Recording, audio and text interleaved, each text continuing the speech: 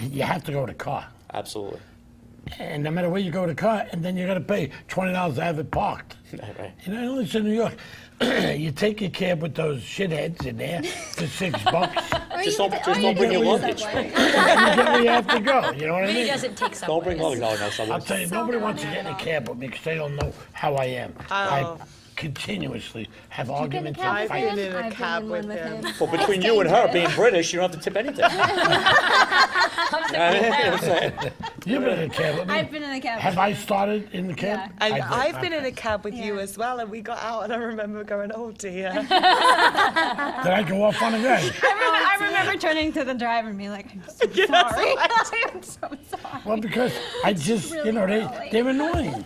They're annoying, you know? Yeah. And, you know, it's like I said on one of my shows before, they come from countries where they ride in donkeys, camels, and bicycles all their lives. They come here, they go to Coney Island for a week or two, they learn how to drive, you know, the bumpy cars. Yeah, sure. Then they go for their license, and then they think they know New York. Right.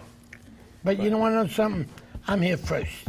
That's right. You know what I mean? And I'm not going to let them push me out. I And if you don't say thank you, believe you him. don't get a tip. You pop the trunk, you ain't gonna get a tip. Right. And if you're rude, I had an argument with, I think I told you about the time with the little Spanish girl that was a cop. Yes. I took a cab from 76th Street and 86th Street and York Avenue down to Broadway in Houston. I had to go to the bank. I don't know, the cab fare was like, I don't know, at that time it was like $12.50 or something like that. So, or $13.50. I gave the guy $15. I said, keep the change.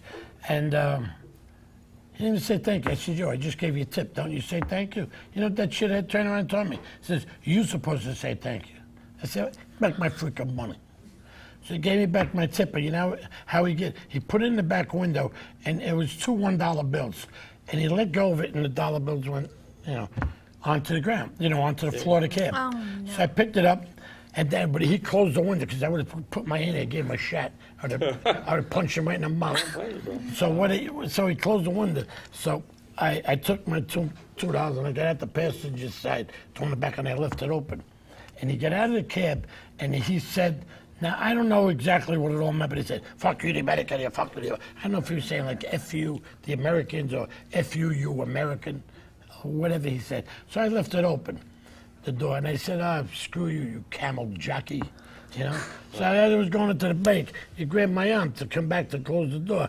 So I hit him, I turned around, I hit him, and I grabbed that thing off his head, whatever you call it, and I threw it over the car into the street. What? A turban. Whatever. Oh my God.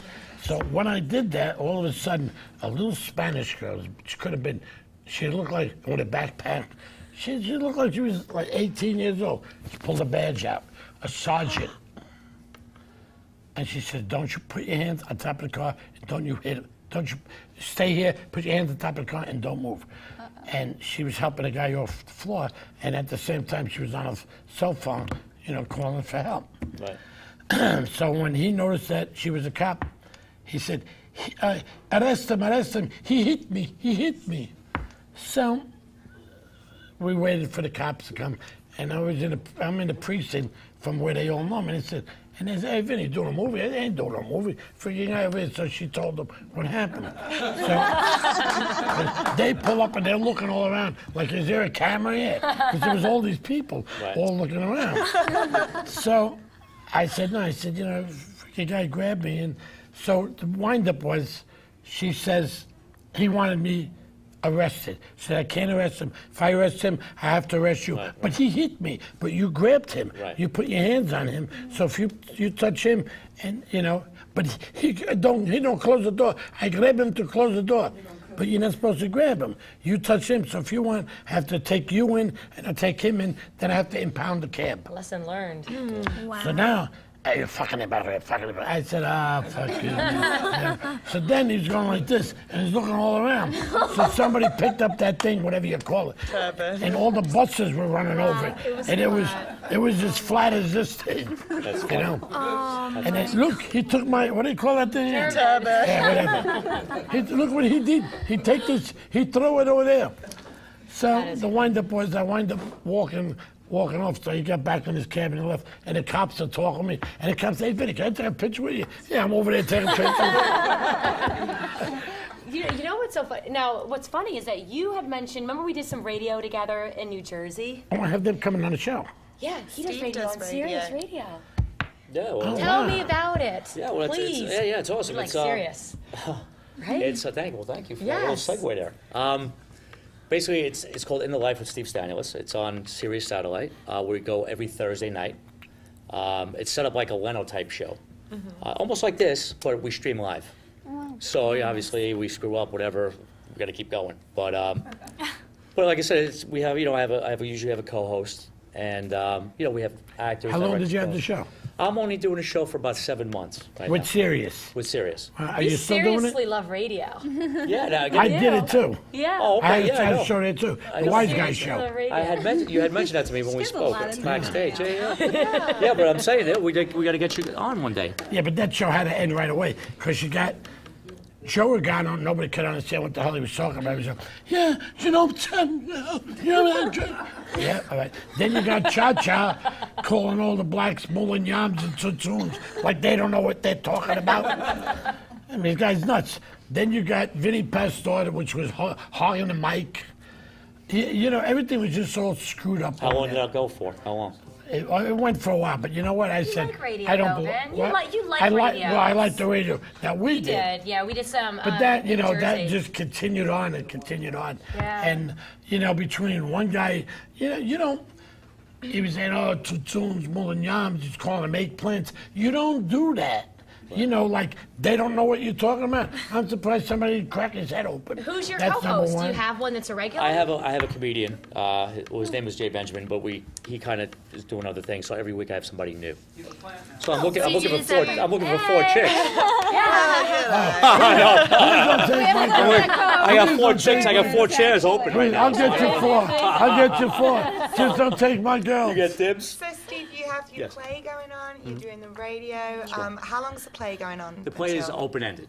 Okay, so that's It's open-ended right now, and excellent. we're actually looking to at the Win in Vegas. They're looking to pick us up as well. Very wow. nice. Yeah, so the The whole Win Magic is Mike fun thing. in Are Vegas. I you was still gonna doing ask, Sirius Satellite now? Yeah, every Thursday. Well, I'm gonna be on Sirius Satellite with Jerry Cooney, and he has a show on Sirius Satellite also. Oh, does he really? Jerry Cooney, Yeah, the and, boxer. A boxer, yeah. Yeah, I know Jerry. So I don't I'm, know him, but I know of him. Yeah, sure. I can't see it from there.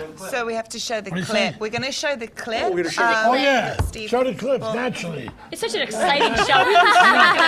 This is out of something, man. Okay. Yes. What is the clip? Yeah. What are we looking Oh, at? so here we're actually there's a thing called the Fringe Festival. Oh, In Edinburgh? Oh, you have one in America as well? Yes. In Edinburgh? Yes, absolutely. Oh, okay. So the Fringe is like the Sundance of plays. So Stripped is going to be in Fringe, and we had to do a video diary Oh, nice. prior to the thing. So this is what we shot. Okay, A good. little Very quick nice. quick thing. Okay, that's fun. All right, Stripped, here's what makes Stripped so unique. There's nothing like it out there in terms of its structure and in terms of the content. And it's basically, it's the vagina monologues meets Chippendales. Without further ado, I present to you the few, the proud, the eighth wonder of the world, the ultimate driving machine, the king of beers, kindly, yes, but I like them too, the man of Stripped!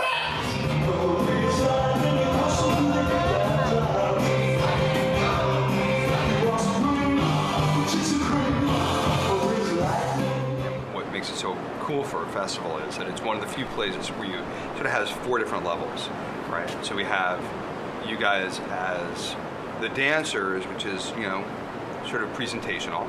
Then we have sort of behind the scenes where it feels just like a regular theater This is piece. finished. 3 minutes. Then you have that breaking of the fourth wall where you guys sort of talk to the audience. Sure. And then you have the direct address from the MC, which and all those 4 things together in one, I think is really unique. I think that's the one thing that no one else is going to have. Listen, Leslie. Fuck you. Chicks can wear false eyelashes, makeup, hair extensions, breast implants, and anything they can think of to change their appearance. Nobody makes a big deal out of it, right? I mean, what's the difference? It looks hot, right? But a guy wraps a rubber band around his cock for a 5-minute show, he's not playing by the rules? Brock, the cock hammer!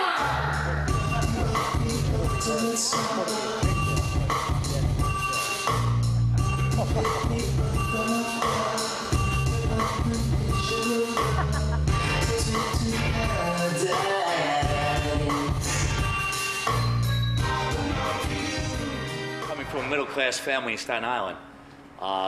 You know, Italian, Greek.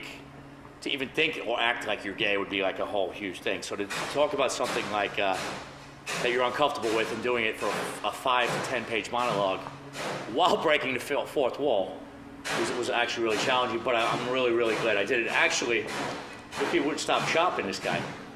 Last night's performance, after the show, a couple girls came up to me and they're like, wow, we're really proud of you that you actually came out. And I said, well, I'm really not gay, I'm straight. And they're like, yeah, okay, buddy. Anyway, which to me, it was awesome because, you know, I'm doing a good job at what I'm supposed to be doing. So, yeah, so it was actually, I'm glad I took that role. All right. That's great. Yeah, it's pretty good. Now that must feel so. It feels so great to just be in a play. It must feel even better to know that you wrote it, and this is your Yes. work. Yeah, it's actually pretty You cool. made this happen. Yes, it was actually cool. I was actually on drugs coming home from Atlantic City one night. No, I'm joking. No, but yeah, no, it's actually cool. It's great to create something in your mind, get it on paper, and actually see it brought to life. Yes. There's nothing better than that because it's, you know, you see things in your own mind on how things should go, but you sit with great actors, and they bring different things to the table, different thoughts, and everybody did a great job. Everybody did an amazing job. The cast is awesome.